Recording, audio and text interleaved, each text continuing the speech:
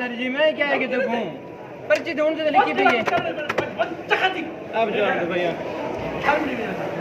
क्या है सर मरे से पर्चे पर्ची तो सारी पर्ची क्यों पड़ी है सर ऊं दी नहीं पर्ची मेरी है सर जी पर्ची मेरी है कार्टून कहता है पर्ची सारी है सारे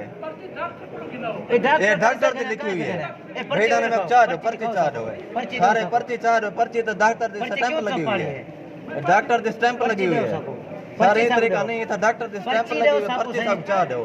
ना पर्ची सब चार पर्ची सारी है पर्ची सब चार हो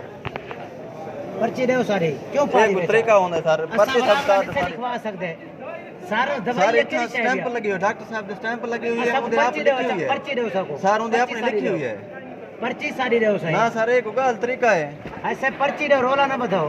तेरी मेहरबानी हो सी हाँ सब पर्ची कैसे नहीं चिन्हता न खाओ पीछे इतना कैसे नहीं चिन्ह बलोच होता हूँ वजीर आलो थोड़े अपने ही खातिर हाँ हाँ करनी पर्ची उन्हें दो पर्ची अच्छा सारी पर्ची सर पर्ची उन्हें दो ना पर्ची दो साहब ने 12 दिया गिनते सारी पर्ची दो